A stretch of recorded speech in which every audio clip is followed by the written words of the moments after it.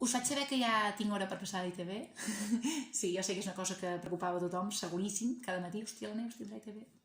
Doncs sí, el que em fa molta mandra és treure la cadireta de darrere, que no sé si s'ha de treure perquè no tinc fills, però tenint en compte la data que m'han donat, doncs segurament ja hauré trobat parella, hauré estat embarassada, hauré parit i ja tindré uns fills crescudets i dir que dies això.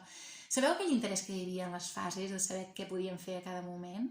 Fase 1, puc anar als bars, puc anar a córrer, no sé què. Doncs és mentida, és una cosa que s'ha fet, és una tàctica, perquè tu estiguis així distret fent aquestes coses i després la gent que en sap demanar hora a l'ITV.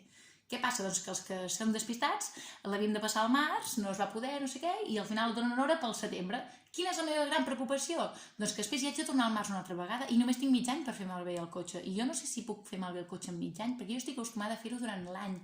No ho sé. I després què? L'ITV-ro? Què? Som col·legues? Perquè jo el veig un cop a l'any, aquesta persona.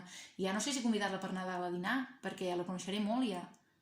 I aquella etiqueta que es posa, que és tan enganxosa, perquè l'han de treure rascant. Ostres, tenint en compte que l'han de treure de seguida, posa-hi una mena de segell, saps? Cop de llengua i posar allà dalt i ja està. No sé, ho dic per fer més fàcil.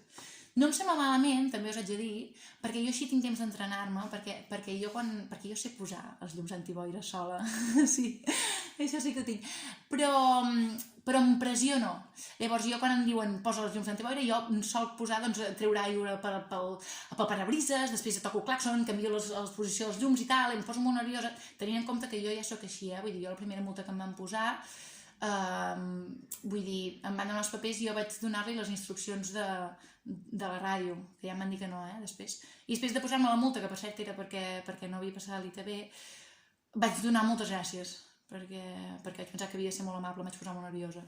Llavors, bueno, és això, és entrenar-me això i també entrenar-me la cara de normal, que molta gent la teniu i sou molt cracs en estar normals quan tot el que passa al teu voltant no és gens normal, perquè jo, que el cotxe es mogui d'aquella manera, no ho trobo gens normal, i de fet a vegades ho penso, jo quan he arribat a l'ITV tenia el cotxe bé però allà me l'han desmuntat, per això no el passo, m'entens? Vull dir, no ho entenc. Però la cara de normal que teniu, sobretot la gent de Barcelona en sabeu molt, crec, perquè també la feu al metro, feu cara de normal.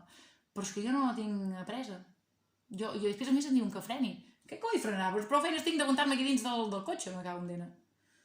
No sé. Ja practicaré, però,